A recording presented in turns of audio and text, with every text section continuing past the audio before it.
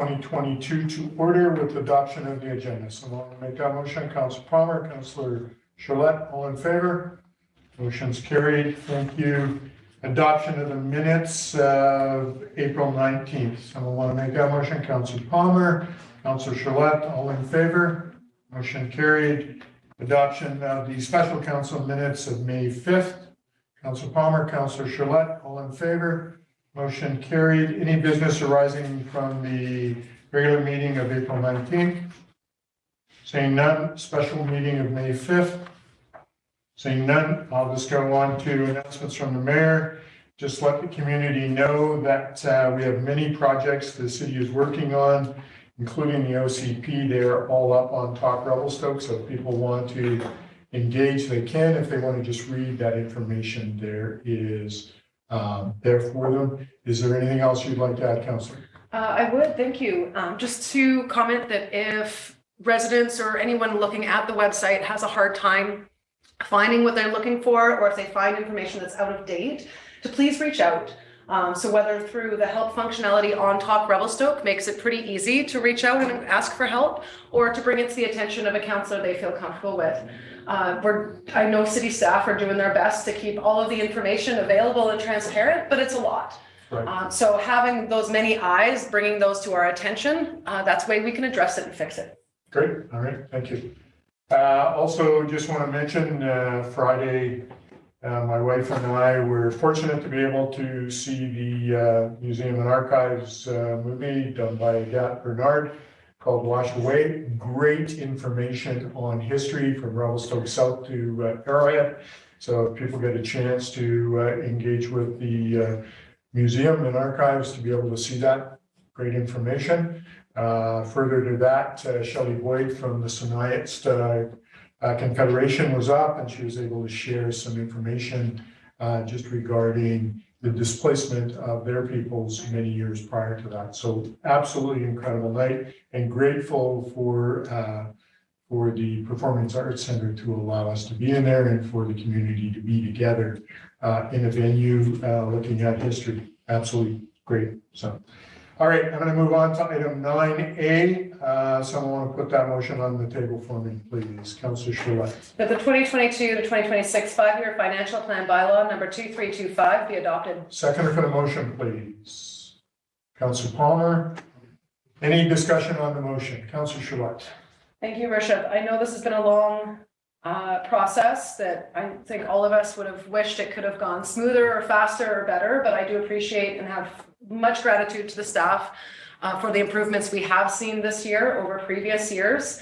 And I think that the next council will be well set up to have a very fulsome discussion around how the budget consultation and decision-making goes forward with the addition of budgeting software, as well as more robust engagement through levels of service discussions about what these tax dollars actually pay for. I think there's a lot of misunderstandings on what that does and does not entail. I would also like to ask at this time, I've already checked in with the Director of Finance, but it would be nice to see all of these documents clearly posted on that budget project on Talk Revelstoke, just to wrap it up and finish it up, so that when people go back to those project pages, they see where it went and what ended up and what's next. Because this is a living document that comes back every year, not an end to a conversation. It's just a continuation of one. Okay, all right, thanks. Councillor Palmer. Thank you, Mayor Sulz. Probably no surprise, but I'll be opposed to the bylaw for reasons that I've explained ad nauseum, probably. Just further to Councillor Charlotte's comments there, possibly after we do these three resolutions, maybe you might want to make some sort of resolution so like to, that yeah. it's on the record. Yeah, I agree. Okay, any other comments on the motion on the table? Just curiosity, if there is a way to track the number of visits to Talk Revelstoke pertaining to these matters, OCP, because I, you know, if our population is 10,000 and we get 200 responses, it's really not connecting. You know, their information is not being revealed, or they really have to go after to get the information. So I just wonder how effective we are in presenting to the community. Okay, thanks for that comment, Councillor Flood. And just to follow up with that, that is something that I really look forward to seeing in our communication strategy is what are the metrics that we are looking at? So is it views on the website? Is it comments in the forums? Is it what? So what are the metrics that actually matter and what do they indicate about a real engagement? Because it's easy to get caught up in vanity metrics, is what they call it in social media, how many likes you have on a post. That doesn't necessarily indicate how good or how rich of a conversation you're having. So I'd like to make sure that any communication strategy we have, and in these efforts, I agree, we do need measurable goals to come back to be able to improve on and to see opportunities to have a better conversation. I think you're all correct. And, you look at that and go, having some sort of metrics by which we can measure, but then we need to define what those metrics are. It needs to be a reasonable workload. Yeah, absolutely. Any other comments? Sorry, it's not only measuring, it's just saying, how clear is our message?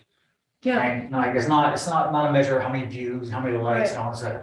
May have been concise in our message and been very focused on what we want to present. Because you can bury people in information and people will look at it and they'll just get overwhelmed and then they just won't respond. Yeah. You have to have a clear message and present it well. And that's what I want to measure. I want to read it so it's simple. I don't have to spend all day reading it. I don't want to spend, I want a clear, simple message, and that should be spread throughout the community. Okay, point taken. All right, any other discussion on the motion? Seeing none, I'll call the question. All those in favor? Opposed? Note that Councillor Palmer is opposed. Balance of councils in favor. This motion is moving forward. Thank you. Item 9B. Someone put that motion on the table for me, please. Councillor Charlotte. That the 2022 Tax Rates Bylaw number 2326 be adopted. Okay, seconder for the motion. Councillor Elliott. Discussion on the motion. Any conversation on the tax rates? Seeing none, I'll call the question. Did you have a comment, Councillor, before I? Yeah, just on the tax rates, I was talking to the Director of Finance briefly on the establishment of the different categories. It's not something that we had a robust discussion, and often communities don't. But I think that's something that's going to be important going ahead. In particular, there's some, I think of a growing interest is the classification of farm use. And when we're looking at food security things, and I think it's something that the council needs to look at well before we're going into the budget process to make sure there's appropriate distribution. Agreed. Yeah, Councillor Charlotte. Yeah, it'd be interesting to have, because I know in our previous conversations around tax rates and the balance between the different classes, we've been talking about revisiting it at some point and it keeps getting bumped. But I think it was one of the things that we learned when we first got onto council. So it'd be interesting to see how that conversation gets framed within that educational component of the next council. But also tied in, just to follow up on the SILGA conversations that we heard when Minister Nathan Cullen was presenting to the group and talking to the interest of provincial government to revisit the property tax system and how municipalities are funded, that there is an opportunity there to finally have that conversation around the tax classes and how that reflects on municipal finances in a more fulsome way. It'll take time and it'll be definitely a project, hopefully that the next council sees within their term. But some of the chatter that I've seen online around, I believe it was Canmore that just changed how they. Alberta has a different tax structure. Exactly. So I think there's opportunities there to have that conversation in British Columbia and what that looks like for here. But I want to make sure that the voices of resort communities like Revelstoke are represented at that UBCM policy discussion. Great. Appreciate that. All right, I'll call the question. All those in favor? Opposed? No. Councillor Palmer is opposed. Motion's carried. Moving on to item C, 9C. Councillor Charlotte. That fees and charges amendment bylaw number 2327 be adopted. Seconder for the motion, please. Councillor Elliott, any discussion on the motion? This is the adjustments for the water and sewer rates. Councillor Palmer? Yeah, just a quick summary. We talked about this quite a bit already, but the sewer stuff, we've got new treatment requirements. that's triggered a whole bunch of improvements that need to be done. The water, we still need better information on the water system. So there's a little bit of hesitation on my part on that side. But anyway, that's just a couple little snapshots of where we're going in the future. Okay, thanks for that comment. Any other comments, Councillor Charlotte? Just a comment, I was lucky to be in City Hall when Mr. Black was showing a segment they recently pulled out of one of our water pipes with all sorts of copper deposits in it, copper, rust, metal, iron. Calcium. The calcium, anyways, I took a picture of it, it's mind-boggling. And while I agree with you, we need that fulsome report like we got for sewer for water, but I also feel very confident that the increase that we're putting in now is going to be a drop in the bucket, and that once that full report comes back, I think this will have been a good decision at the time. Great. And so, Mr. Black, there's just a drop in that bucket that could get through that pipe, right? You're absolutely correct, Your Worship. However, we don't know what it looks like at the rest of the segments. I will be preparing a report for you in the next month or so to discuss the findings of our research related to age of water system and where we see effort that needs to be placed to further supplement the findings of the budget discussions. So please look forward to that in a month or so. Great, Thank you. appreciate that. Any other comments on the motion on the table? Seeing none, all those in favor? Opposed? Motion's carried. Thank you. All right, staff reports number 11. Mayor Sulz? Yes. Just further to Councillor Charlotte's, I've Oh, yes. got Go a ahead. draft motion here, or do you Great. want? No, go for it. Okay, so I'll just put a motion on the table that staff are consider means through Talk Revelstoke and or other platforms to provide clear, simple information for the public on the financial plan. All right, second for the motion. Councillor Charlotte, any discussion on that motion? Councillor Charlotte. Speak a little bit more to that. And I think that's well worded. It leaves direction for staff, but it does get on the agenda and in the minutes. I think the documents that we have prepared are great. Just having them easily resourced in one place and having it on those Talk Revelstoke projects makes it easier for people to then find the document they're looking for. I think as we go forward, we'll be able to clarify how does that message land, because I'm really thinking with what you said, Councillor Elliott. It's one thing to put out a message and think that we told the story, but if it doesn't land well, it doesn't matter. So learning better what people do respond well to, what is easy to understand, and how we can get that into the platforms that we already use. Thank you. Any other comments? Seeing none, all those in favor? Motion's carried. Thank you.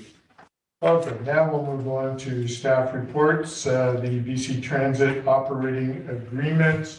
Mr. Black, do you have any comments prior to me putting this motion on the table? Your Worship, I have no presentation prepared. I am available for any questions that might arise. Great. All right.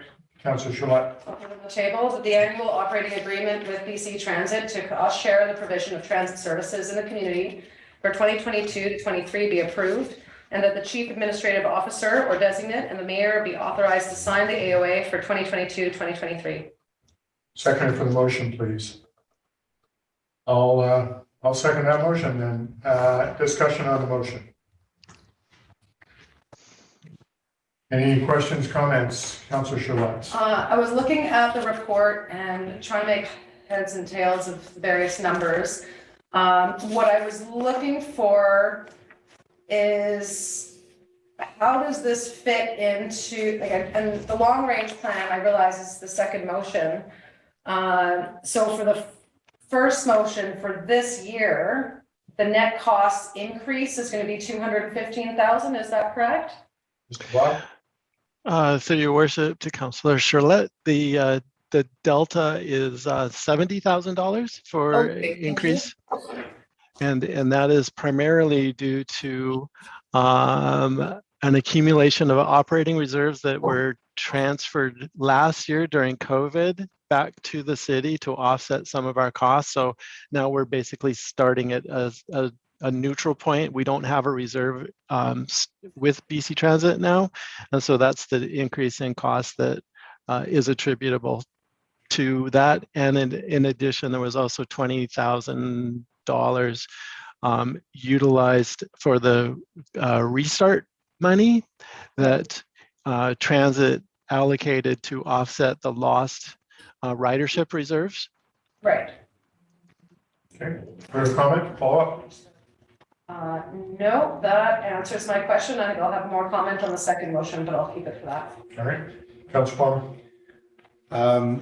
So just, it was brought to my attention that there is in the presentation, not necessarily the contract, the presentation, there appears to be an error on page 69 of the agenda. And that's on the Columbia Park route, the new changes. It doesn't appear that that's actually possible right at the I top. think we talked about that because that road doesn't exist. Yeah, so that's something that needs to be addressed. Probably doesn't affect the contract on the table. Then my comments, I've been, as you know, I've struggled with this whole transit thing. We have an empty bus that carries on even with this new plan, and even though there's some marginal improvements, we'll continue to have an empty bus going around burning fuel, infrastructure, wages, and it's just so frustrating. Like, this has been going year after year after year, such an incredible waste of resources.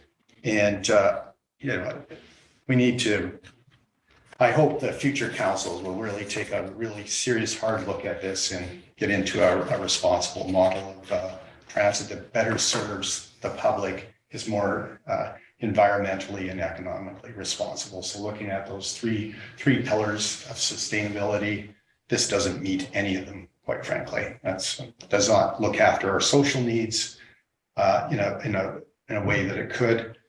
Environmentally, it's a travesty, and then economically, it's just burning huge dollars.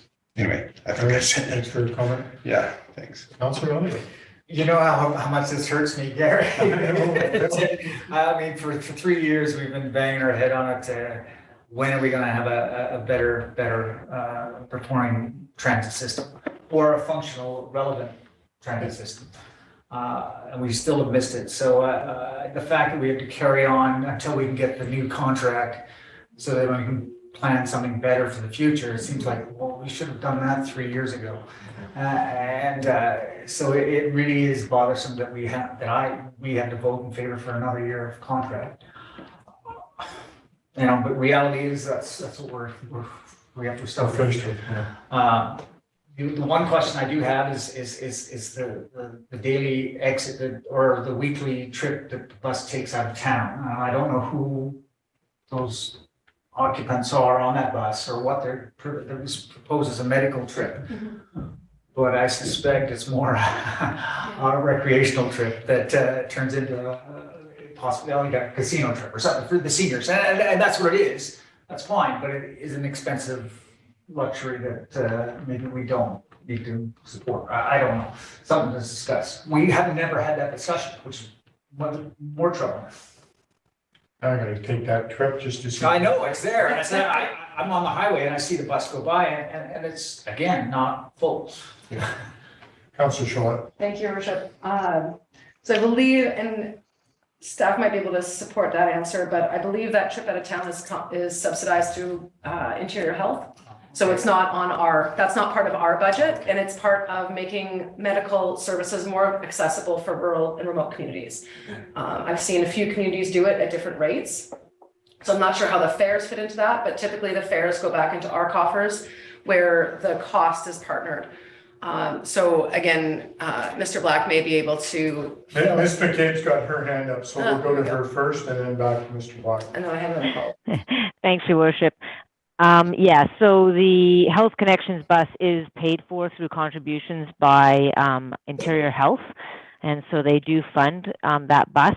There is a fee for riding on it to kind of offset some of those costs, but Interior Health does give us money to fund that bus. So. And you have a follow-up, Councillor? I do, because I plan to use that bus route to get to the airport for FCM, because as long as I schedule for Wednesdays, it works, but it's a very specific schedule to fit on there, and medical appointments do take priority.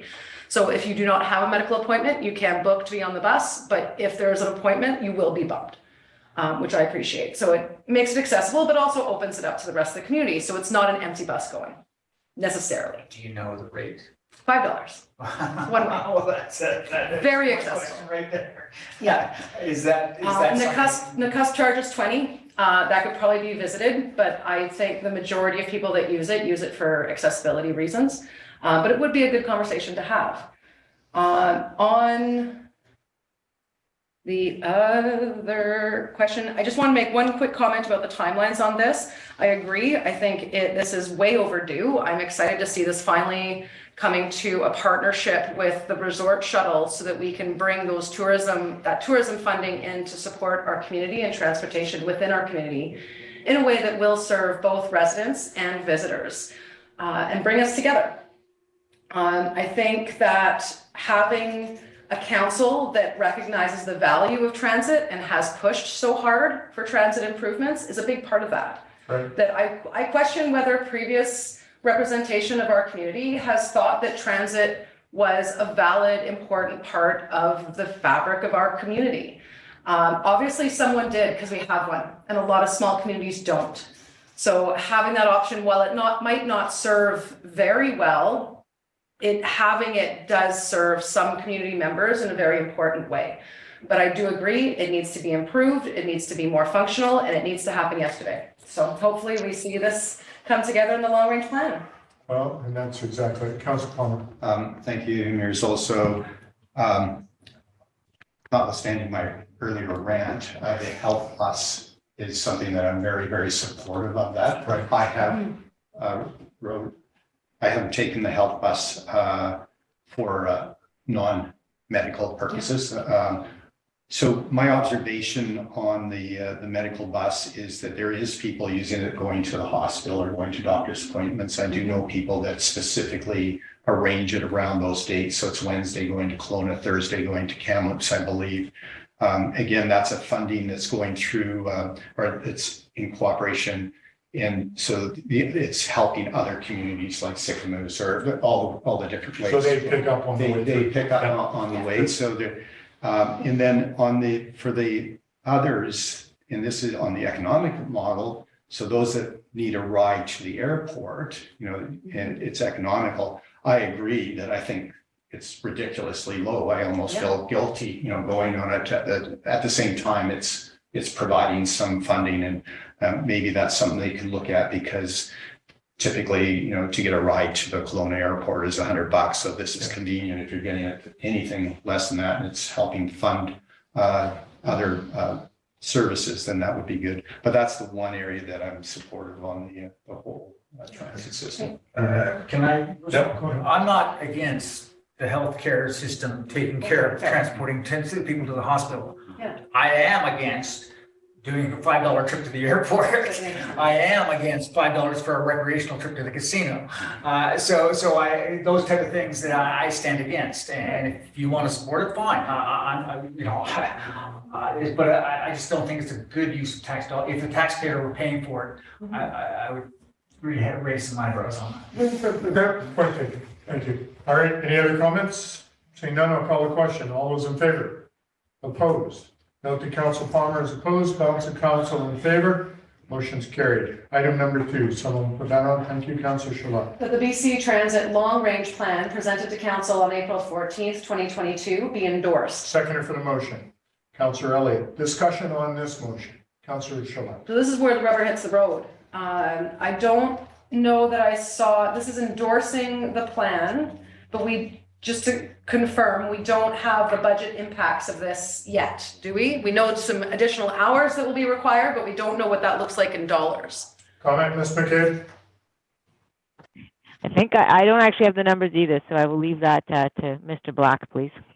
Mr. Black? So, Your Worship, this enshrines the goal of council in combining the resort shuttle with BC Transit, and it provides the guidance to staff to make that happen. And so this is a really good thing. I think, in my opinion, this will address many of council's concerns that I've heard for the last 3 years.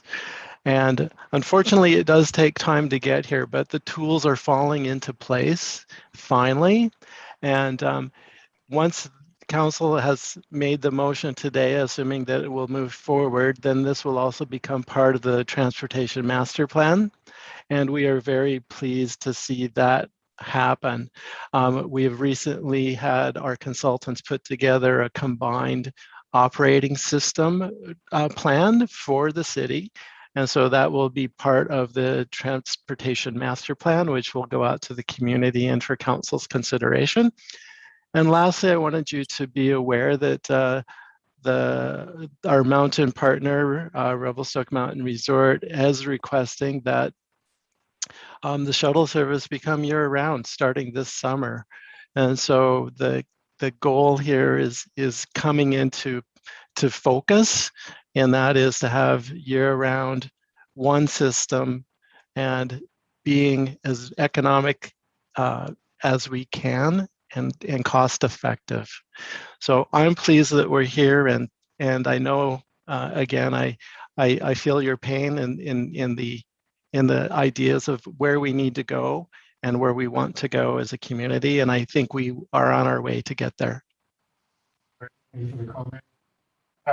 Ms. Braun, you have your camera on. Do you want to weigh in? To your worship, yes, just to echo Director Black's comments, we are considering at the Tourism Initiatives Committee meetings coming up ahead of us to finalize a new resort development strategy, including a summer season for the shuttle services. And as you recall from the previous meeting, we have put in place some EOF funding to support the extension of shuttle services. We are also able to leverage RMI money for those services, and eventually when the two services are amalgamated, we'll be able to bring some of that funding to the table to offset the city's costs for these services. Great, thank you for that. Any, Councillor Palmer? So a question to Mr. Black. So the resolution on here that the BC Transit Long Range Plan be presented to Council on April 14th be endorsed. So is that the plan in our package, specifically Transit Future Service Plan, Revelstoke 2022? Is that correct? Through your worship, to Councillor Palmer, yes, that is absolutely correct. Then so further to that, there's aspects I'm pleased. I'm pleased that staff are pleased with the progress that we've made on it. And specifically the integration with the shuttle, that's good news.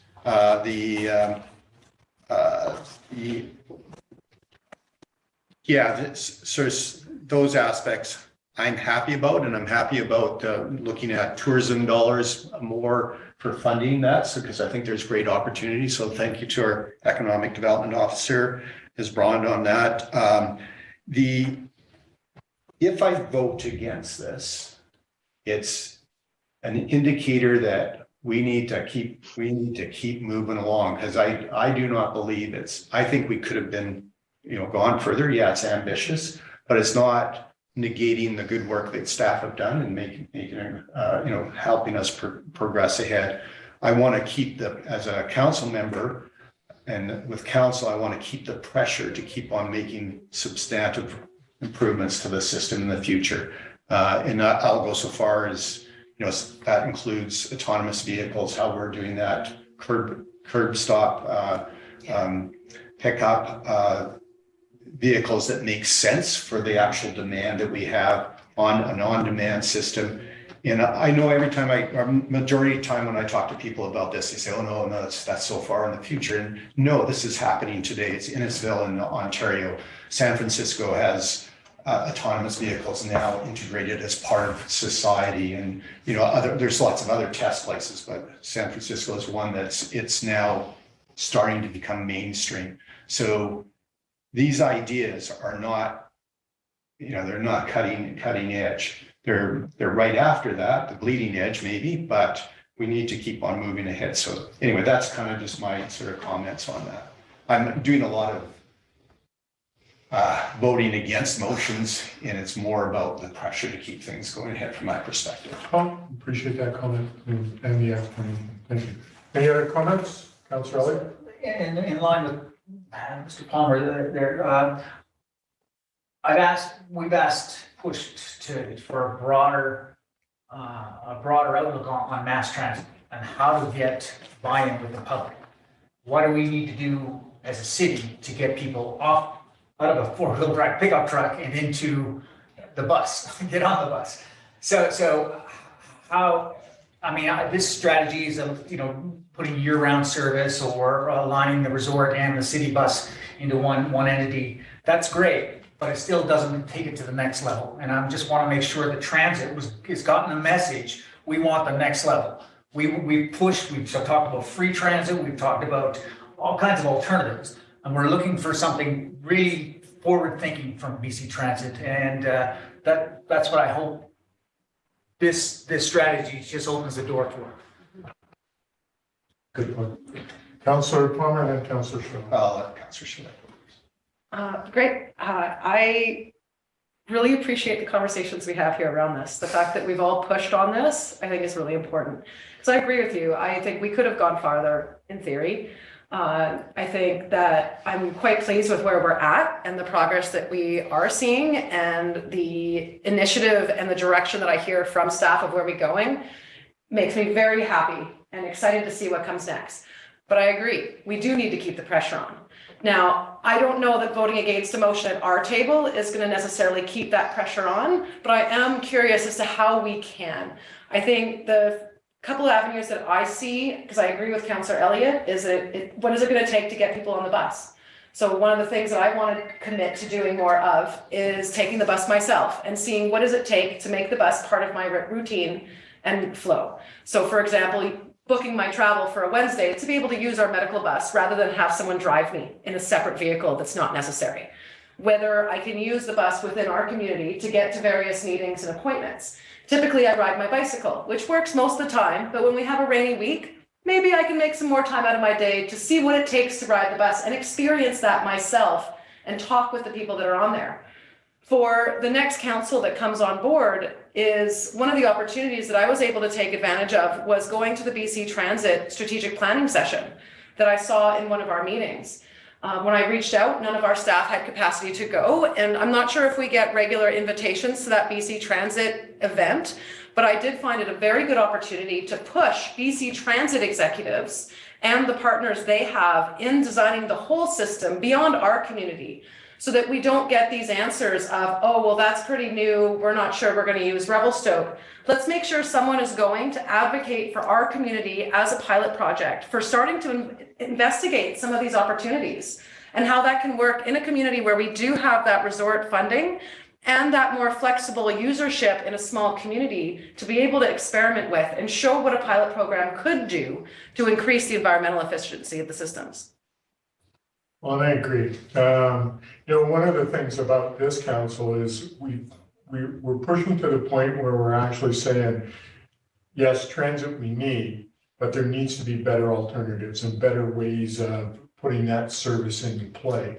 And so I think the staff have heard us working through this now to get us to a place where, as Councillor Palmer has said, different kinds of vehicles, different strategies, being able to pick people up and drop them off where they need to go, so that we have these buses actually working for the community is the way we need to go. So as we move forward, those changes in this council or our council will need to put that in play and continue to work on it. It can't be just the beginning, it has to be continuous. Any other comments, Councillor Palmer? Thank you, Mayor Sulz. Thank you for indulging the conversation as well. I think it's good. Councillor Charlotte, I'm glad you're going to try the bus system. I've done that a few times. And what you'll learn, I suspect, is that this does not serve the social needs of the community, those that really need the bus system. It does not serve those people. It's super frustrating. And quite frankly, you'll be much better off walking. You'll be served better than the bus in general. And the message behind that is not yours or my needs. It's the needs of those people that actually need the services. It does not provide good service. And the only way to provide good service under the current model is just to go up to $200 a ride services. We're going to use a BC transit system as it is today. The second point, Mayor Sulz, is at Silga, I did BC Transit. We had representatives there, and I took the time to talk to them again. I talked about this pie in the sky, and they said, well, that's not the model and all that kind of stuff. I said, well, ultimately, council does not need to use BC Transit. We can go alone if we really wanted to. And however, BC Transit has their ways of doing it, but they've changed and they're much more progressive. That's why in the Lower Mainland, they're going to battery operated buses. And so they're gradually making improvements. I think with BC Transit, the staff in recent years, there's been a shift in looking at new ideas, like even in Greenwood and stuff like that, they actually have curbside pickup. The thing is, we need to, if we want substantive changes, we need to push BC Transit. Yeah. If we wait for them to help us move ahead, they've got their processes, they got all these communities, and we really need to push that. And with those kind of resolutions, working with at the political level, I think there is opportunity in the future. In this conversation, now I'm being challenged about whether supporting this, because there's lots that I support, and I think I will support the motion. I will have a motion after that. It's kind of a motherhood statement, but it's keeping the importance there that staff pursue future strategies to improve the social, environmental, and fiscal responsibility and service of transit in Revelstoke. Right. I think I'm going to assume that I'll get a seconder for that, and then I'll vote in favor of the motion. All right, so the motion on the table, long range plan, endorsing. Any other comments before I call the question? Seeing none, all those in favor? Opposed? Note that all of council is in favor. Councillor Palmer. Yeah, so I'll put a motion on the table that staff pursues future strategies to improve the social, environmental, and fiscal responsibility of Revelstoke's transit system. Second for the motion, Councillor Charlotte. You want to speak to that, Councillor Palmer? I think I already have. Thanks. Okay, Councillor Charlotte. I fully support this. I think it's a great idea. I'm a firm believer of the yes and. Let's keep things moving on. This is great work. We can do better. So All right. Thank you for it. Thank you. All right, any other comments? Seeing none, all those in favor? Motion's carried. Thank you. All right, let's move on to finance grant and aid recommendations. So do we want to, Ms. McCabe, make a motion as in the package, or do you want me to have council name everybody on the list? Through your worship, your worship, you can have it as in the package, I believe. Yes. Okay, thank you. Someone want to make this motion, Councillor Palmer? So I'll make the motion as in the package. All right, seconder, Councillor Charlotte. Any discussion on the motion regarding the grant and aid applications? So we have a total of $25,000 a year for grant and aid. We are now at $21,265 with the grants to the groups that are in the package. And Councillor Charlotte. Thank you, Your Worship. I spoke to this when we first recommended this for approval. I think it was Committee of the Whole or Finance Committee.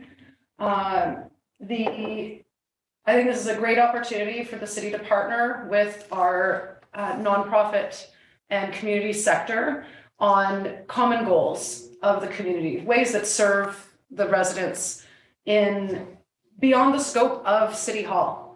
So that we can align, but use the city's resources through our facilities and staff time to be able to make some of these projects happen.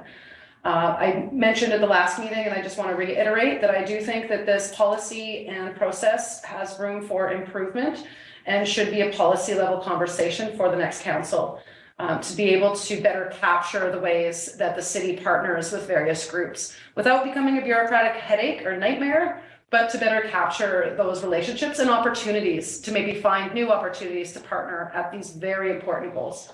Yeah, appropriate comments. And as we've seen in other communities and have been expressed to us, is that there are groups in the community that could assist with taking this responsibility on, working with our finance group and our finance department to have that come to fruition, which would be a great way of moving forward. So, any other comments on the package with the amounts that are approved with grant name? Seeing none, I'll call the question. All those in favor? Opposed? Note that all the grant and aid have been approved. All right, let's move on to item C, restart funds policy. Someone want to make that motion, please? Councillor Schiller. Let the Safe Restart Community Grants Policy F18 amendment be approved. Okay, seconder for the motion. Councillor Elliott. Discussion on the motion. Councillor Schiller. I appreciate the amendment. It looks like they're just clarifying the definition of what vulnerable persons means. I think this is an important best practice in any of our policies and documents when a relatively vague term like vulnerable or affordable gets used in that document, it should be referred to a definition. So one improvement that I'd be curious to see, it sounds like from the report that this definition was pulled from the provincial information or stats.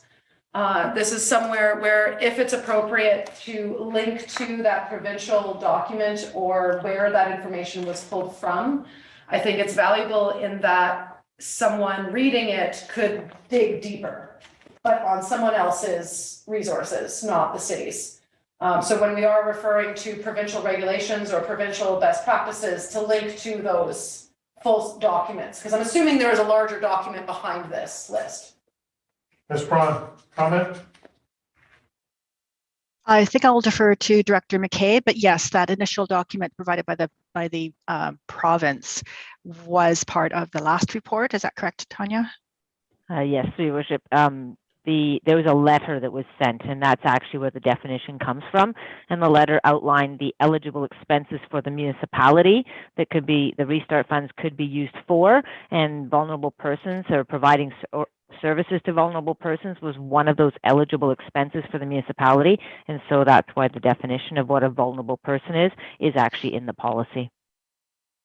Any other comments, Councillor Palmer? I'm not sure if Ms. McCabe has at her fingertips, but the total amount of restart funds and how much is left. Not at my fingertips, but I believe it is in the financial statements that are coming up next. Okay, that's fine. It's the last note. Okay, yes. Because we are required to report out on it. Right. Okay, that's fine. Thanks. All right. Any other comments on the restart funds? Seeing none, all those in favor? Opposed?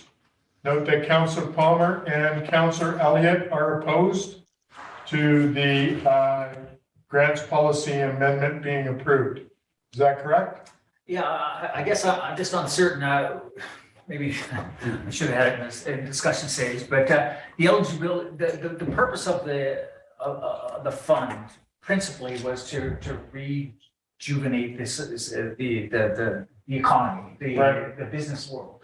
And a big chunk of what we have been allocated has been allocated to the social end of things, which is more the caring. And I want to make sure that everyone's aware that that's a choice that we made. I don't know if it's been discussed. It's just been sort of, this is the direction we're going. And maybe where you're leaning towards, I don't know. But I'm just cautious. We have about $400,000 left. Is that more going towards social? Is it going to be more get on our feet again? You know, So you guys have just voted this down by voting against because it's defeating the policy, yes, correct? Yeah, it's an interesting corporate out because there was an affirmative vote of 2 people and you called a question. So we're out of the debate. So the only way to go back into the debate would be, I don't know, you'd have to ask the corporate officer. Because if we're in the debate, although I'll state that if it's already happened, to me, it's not the end of the world. I was thinking about you, Mayor Sulz, actually, with all this all these ones where I was voting against this thing, well, one other is going to create some problems for you. This is a policy, and council has already made decisions of expenditures to date, including capturing most of what's in this. So if this is defeated right now, it's not the end of the world. We have to come back and address it again. But maybe you might want to just clarify the vote. So, Ms. Braun, you have a comment, and then I'm going to go to Ms. Floyd. Through your worship, just to point out that yes, the council had previously directed staff to work with a small working group, which we put together with members from the Social Development Committee, Director McCabe, myself, and we've met several times to put together the package of applications to the fund. We've vetted those applications, and we are on the roster to return to council on May 24th with recommendations for allocating some of these funds to the groups that represent that social sector that Councillor Palmer and Elliott are speaking to. However, I would say it's not the majority of the funds. If you recall, one of the earlier reports we brought forward, we provided some information that showed other communities similar in size to us and how they had allocated restart funds to social goals as per the policy that you're considering. And we were about 10% of the overall restart funds. I think we were right near the top, similar to other communities like Nelson, in allocating funds directly to benefit vulnerable members. Councillor Palmer just has a comment. Yeah, just a point of order. I'm not trying to repress the discussion, but we were actually in a procedural thing here that I think should be clarified first, because I can't even concentrate on that if we're going to go back to the debate. So I think we should go to the corporate officer, because I'm not sure. Yeah. Ms. Floyd, comments. We have now defeated this at this point. To go back to the debate or to have further discussion on this in a subsequent meeting. What's the plan, or how do we do that? So, Your Worship, can you please give me a moment? I believe that it probably can be reconsidered at this meeting, but I just need to do a little more research. All right.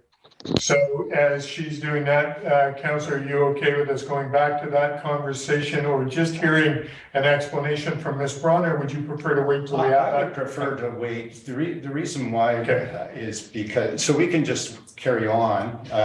Because have you declared it defeated? It sounded like you did, right? Yeah. Okay, so the reconsideration, Cindy can come back later on and let us know. Let's press on, because I think we need to know that first, because the dialogue is going to be two different things, whether it's reconsidered. Okay, perfect. Yeah. All right. Yes, I did make that statement that you have now voted it down. So that's where we're at. Okay, we're going to move on to item 11D, the financial statements. We're approving these. Do you want to? So Ms. Spencer is here. Ms. McKay, do you want? Ms. Spencer, do you want to do your presentation, and then we'll put the motion on the table to approve? Absolutely. We'll give you the Thank floor. you. Thank you, Your Worship, and council members and management. I'm just going to share my screen now so that I can talk through the numbers at a high level. So for those of you that don't know me, I'm Angie Spencer. I'm a partner with BDO, and we are the independent auditors of the City of Revelstoke. And we've just concluded our audit of the December 31st financial statements, which are included in your package and subject to your approval today. So are you able to see the financials on my screen? Yes, we are. Okay, perfect. So the pages 2 and 3 are the overall independent audit report. The most important paragraph being the opinion, the first paragraph there. So we have issued proposing to issue what's considered a clean or unqualified audit opinion, meaning that the financial statements are free from material misstatement and are presented in accordance with all the requirements of the public sector accounting standards. So I'm going to flip now to the page 4. This is a balance sheet at December 31st. So this is a summary of all the assets and liabilities of the city, a snapshot as at December 31st. As you can see, total financial assets came in at 46.2 million. That was up from 41.7 million in the prior year. Some notable changes from last year. So there was about 6.2 in cash and cash equivalents. There was quite a significant increase to portfolio investments. So this is funds available that are reserved for future expenditures and have been put into interest earning accounts and GICs, et cetera. So fairly conservative investments, if you will. Accounts receivable has decreased over last year. There were some large grant amounts receivable in 2020 related to construction projects that weren't reoccurring this year. You have your investment in Rcfc and Rcec. One thing that's notable, Rcec has been written down to $1. So the total, it has incurred losses as it hasn't been able to operate fully functioning in the last couple of years. And so we have written it down to a nominal value this year. In terms of liabilities came in at 29.7 million. That was fairly consistent with the prior year at 28 million, the largest being deferred revenue. So deferred revenue represents funds that the city has received that will be spent in a future period because there are stipulations attached to them on how those funds can be spent. Note 6 describes those in a bit more detail, but some of them are tourism funds or are the MRDT tax that must be spent on specific qualifying expenses. And then the most significant, of course, is the deferred developer contributions. With all of the development happening, there's quite a big increase in that balance. So total net financial assets came in at 16.5 million. In terms of non-financial assets, so this is infrastructure and tangible capital assets, that's sitting at 88.6 million, up from 85.7 in the prior year. So there was about 5.7 million of infrastructure and capital additions during the year. Some of the more notable ones were the roundabout completion. There was a lot of roadworks done this year, and additions in local parks. And that's offset by amortization. So I'm now flipping forward to page 5, and this is a summary of operations for the fiscal year. So all of the revenues and expenditures of the city. Total revenues for 2021 came in at 30.3 million. That was down slightly over last year at 36.1. So some of the main areas of revenue sources, of course, is taxation. That came in at just over 17 million. Government and other grants came in at 5.2 million. That was down quite a bit over last year, notably because last year there was quite a few grants received for capital improvements. There was also the one-time COVID relief funding that you were discussing earlier that was recognized in the prior year. So total grant revenue came in at 5.2 million. I'm just looking if there's, other categories are quite similar to prior years in terms of revenue. On the expense side of things, total expenses for the city came in at 24.6 million, very consistent with the prior year. Some notable changes there in protection services, the final settlement with RCMP. There was some additional cost incurred and recognized for 2021. And also recreation and cultural services with things opening up again from 2020 with the pandemic closures and public health orders, increased costs related to the recreation and cultural services. So total annual surplus came in at 5.7 million for 2021. Keep in mind, this is a presentation from a public sector accounting standards standpoint where capital asset additions that I spoke of before, those are capitalized on the balance sheet, so aren't reflected in the expenditures here. So I'm not proposing to go through all the notes to the financial statements. Those just provide more detail on the balance sheet and income statement numbers as per required under the standards. The only note I did want to highlight, as it was mentioned in conversation, as Tanya had said, there is a requirement to report the Safe Restart Grant and how that is being spent and how much is left over to be spent in the financial statements. So that's been disclosed in page 27 of the financial statements. Can you just read that amount off for us, Ms. Spencer? Sorry, what was that? Can you just read that final amount off, which left? Yeah, absolutely. So the the carry forward amount as at December 31st is $1.3,027,952. Great, thank you for that. Councillor Charlotte. The support for vulnerable persons is listed at 20,000 and community recovery is listed at 213,000. The safe restart policy that we were just looking at with the funds available for vulnerable persons, is that captured in that community recovery listing? Not positive, Ms. McCabe. Yeah, through your worship, it would be for next year because the money, the 20,000 is all that was spent in 2021, but for 2022, council has made a commitment of spending or making available an additional $200,000. Right. So it's in this year's, it'll be coming forward in the next year's financial statements, not in these ones. That's correct. Wonderful, thank you. You're welcome. Okay, Ms. Spencer, any other comments? No, that's all I have. I just wanted to take the opportunity to thank Tanya and Jordy. They did a great job of assisting our team in getting the audit done in a timely manner. So thank you. Thank you. Thank you. Appreciate your input and all your work. Council, someone want to put the motion on the table? Council Palmer. I can put the motion. I also have some questions on the report, but I can put the motion on the table. Okay. That the City of Revelstoke consolidated financial statements for the year ended December 31st, 2021 be approved. Okay. Second for the motion, Councillor Charlotte. Discussion on the motion. Councillor Palmer, you have some questions? Yeah, from the presentation, just a couple of questions. I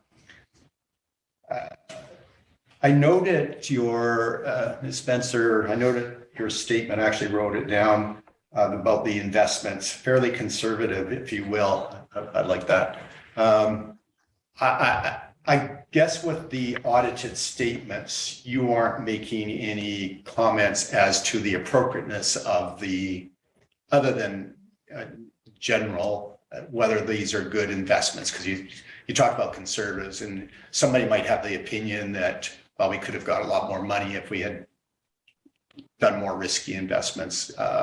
It is in the audited statements. Is there any like sort of professional comment on that at all, or I think yes, through your worship, I would say that my job as an independent auditor is really just to audit the numbers and ensure that the rates and the disclosures attached to those investments is appropriate and in accordance with the standards, and not so much a comment on whether or not the vehicles that they've been invested in are appropriate. Right. So then second question, on Rcec, that's a little bit concerning. Of course, you got your note in there. And again, that's not the dialogue necessarily here. But I think by giving it a nominal value of $1, I guess this would be the question is, so you give it a nominal value of $1 saying it's not worth anything, but it feels from the note that it's actually a liability. So I just wonder if you have any comments on that, because it feels like it's actually a liability to the city. So Tanya will be able to probably comment further on that because we have had quite a bit of discussion around this. So in terms of the accounting nuances for these type of investments, they use what's called equity accounting. So anytime they have a deficit that goes into negative retained earnings, if you will, there's nothing to pick up in terms of equity on the city's financial statements. And so that's where we've written it down to a dollar value. In terms of it being a liability to the city, I mean, Tanya can likely comment further, but at this point there isn't, the city isn't subsidizing, if you will, the corporation, so it's not considered a liability to the city. But we have noted that it's something to just continue to monitor if with the proceeds from insurance proceeds and that if it's something in the future that could be of concern. Right. And then maybe an easier question. So this whole idea of accumulated surplus, it sure makes it confusing for the council and for the public, because it feels like we got $100 million of surplus, and really we have very close to $100 million of liabilities from in a very lay sense. I'm just expressing a frustration with that, and because it consumes a lot of time. We don't really get a sense of what our real, surplus, like as when it's showing an increase, and you talk about roundabouts and stuff like that. I'm just expressing a frustration. I think you guys probably share with that to a certain extent. So maybe it's not a question other than a frustration. So any other comments or concerns? So just on the restart, December 31st, it showed $1.1 million was available for dispersal. We've since agreed to disperse some. I thought the last accounting we got to this was around $400,000 remaining. I just want to. Ms. McKay, did you find that, not to deviate too much from what we're discussing regarding the consolidated financial statements, but did you find that figure as to what's left? Through your worship, not rather than the 1.3 at the end, we have not spent much of the money this year. And so the reason it ended up being higher was because some of the costs that were projected to be spent in 2021 were not spent. And most of that would have been on the council streaming project that is in the 2022 budget. And that is in there for $350,000. And so that's where a lot of that money is now being earmarked for. Whether or not that amount gets spent, I would need to follow up with IT and determine, but it sounds to me like it may not all be needed, which potentially could free up more funds to be used for other things. And the intention is to bring forward a report to council to update you on the status of what's available at that point. Once the recommendations come forward for the social development from for those funds, then we'll have a better idea of what's left. Yeah, I just thought we had this conversation earlier on this year, so. We did. Yeah, we did. So I just, somehow at that time it was around 400 or 500 that we had left. But just on another question, the surplus this year was 5.7. It was. What, is that right? Is that right? That is correct. That's an accrual-based surplus. Yeah, and it's a little bit higher than anticipated in the budget. It was 4.8, I think was anticipated or as a budget. So our expenses were less? Is that what I understand? Yes. Yes, our expenses were lower. Our revenues were also lower, but our expenses were lower still. So the original amount that was budgeted to be the surplus was 4.85 million, and we came in at 5.7. So the 5.7 that would go to, it's allocated to reserves that amount would have been used to fund. So I'm just going to look at the report, the numbers I have in the report for you. So that 5.7 was used a million and just over 1.1 million of it was used to pay down debt. There's amortization expenses of 2.9 million, which would come out of that surplus because, of course, and then there's the net transfers to reserves of 1.7 million. And so we transferred in 7.5 million into reserves, and then we transferred out 5.8, to pay for capital additions.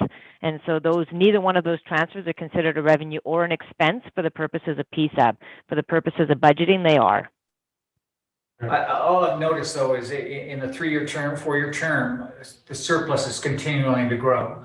And that, I guess it's a good thing if you wanted to put money away, but ultimately the taxpayer is paying. So it's just something we ought to be cautious of, I would think. I would say that as long as you're buying or investing in capital assets, you should have a surplus. If council chooses to stop investing in capital assets, then you may actually start seeing a deficit rather than a surplus. Oh, I get it. Yeah, it's just that it's the growth that I'm concerned about. Yeah, thank you, Your Worship. Understanding financial statements has never been my strongest suit. I have really appreciated the guidance I've gotten through other board members I've worked with before at the Chamber of Commerce. As we looked at the financial statements, we're able to have a more fulsome conversation there. And then coming to the council table and looking at a massive, very complicated budget here with this team and getting a better handle of how it's functioned. I agree that the different statements are super confusing. To understand where those assets are and to have a full picture of it is really hard to wrap a brain around, no matter how good you are with financial statements and budgets. I'm looking forward to seeing how the process evolves as we both, the challenge is going to be now starting fresh with the next council and getting everyone on the same page of how does this actually function? What are the numbers that we're looking for? And where are the concerns that we should be working on and making changes in our policy to be more effective?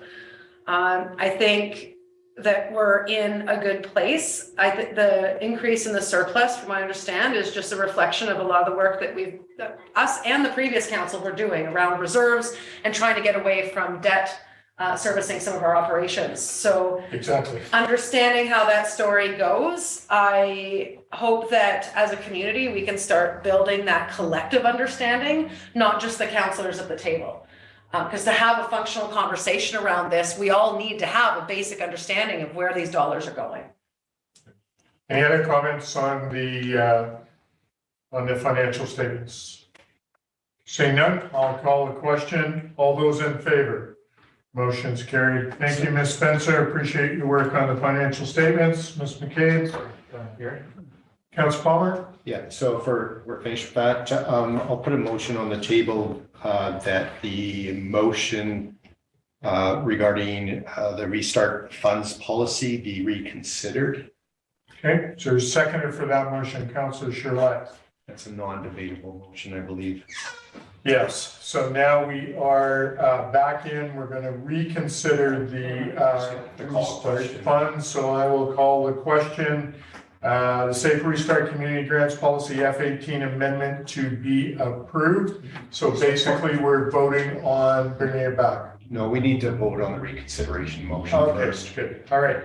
So let's vote on the reconsideration. All those in favor of reconsidering, motion is passed. Now we will reconsider. Yeah. And so we will go back to the original motion, which is approving the amendment. Do you want to have discussion on, let's put that on the table and then go from there. Is that correct, Ms. Floyd? It is, Your Worship. So after the reconsideration motion is made, it is open to discussion for debate. Okay. So do we need to make another statement regarding the amendment being approved, or we can just start the debate and then go from there? Well, the motion needs to be put back on the table, though. All right, good enough. Councilor Palmer. So I'll put the motion on the table that the act. Let somebody else put that motion on the table. Okay, so Councilor Charlotte. That the Safe Restart Community Grants Policy F18 amendment be approved. Seconder for the motion, Councilor Elliott. Okay, now we have that. Let's go on to debate. Any further comments? So we just saw what happened. If we vote that down, we've all voted in favor of getting it this far. Comments, Councilor Palmer. Yeah. So Mayor Sulz, I don't think now's the time to have an in-depth discussion about the policy. So the motion on it is to endorse the policy. That's what's on the table right now. Right. If we endorse it, it becomes policy, we move on. If we defeat it on a split vote, it's not the end of the world, but we need to come back and look at that in the future. But all our future commitments are already made. And I would urge us not to get into the weeds of that right now. We're not hurting the intention of the collective council at this point. It's just maybe we need to readdress the policy and that. So based on that, I'll be voting against the motion of endorsing. I think there's enough confusion that we should be looking at that at a future date. If it is endorsed by the majority of the council, then it's policy and we move on. Okay, Councilor Charlotte. And just to clarify, can't remember my wording if I read that properly, that this is an amendment to the policy. The policy already has been approved. This is just amending it to add the more clarity around what is a vulnerable person, right, which I think is an important clarification to be effectively managing the policy as it has already been approved. As to having a more fulsome conversation, I agree. Something for another time and place. Good comment. Councilor Elliott, any comment? No, I think Okay, so I'm going to support it. It is an amendment and it does speak to that comment about vulnerability, and the policy is already in place. All right, any further discussion, Councillor Palmer? Yeah, just a brief comment. So I don't have in front of me the original policy of what's been amended, but it's not going to affect my vote. All right. All right, I'll call a question. All those in favor? Opposed? Note Councillor Palmer is opposed. This amendment policy has been approved. Council has approved that. Thank you. All right, we're now going to move on to communications. TIC committee meeting minutes of April 13th. Any comments from council regarding that? Seeing none, I'll move on to the Special Advisory Planning Commission meeting minutes of April 26th. Seeing none, Ms. Floyd, any questions from the press? No questions from the press, Your Worship. All right, so I'd like to go in camera pursuant to section 90.1C and E of the community charter. Someone want to make that motion? Councillor Gillette, Councillor Palmer, all in favor? Motion's carried. We'll take a brief recess and we will go in camera. Thank you, staff.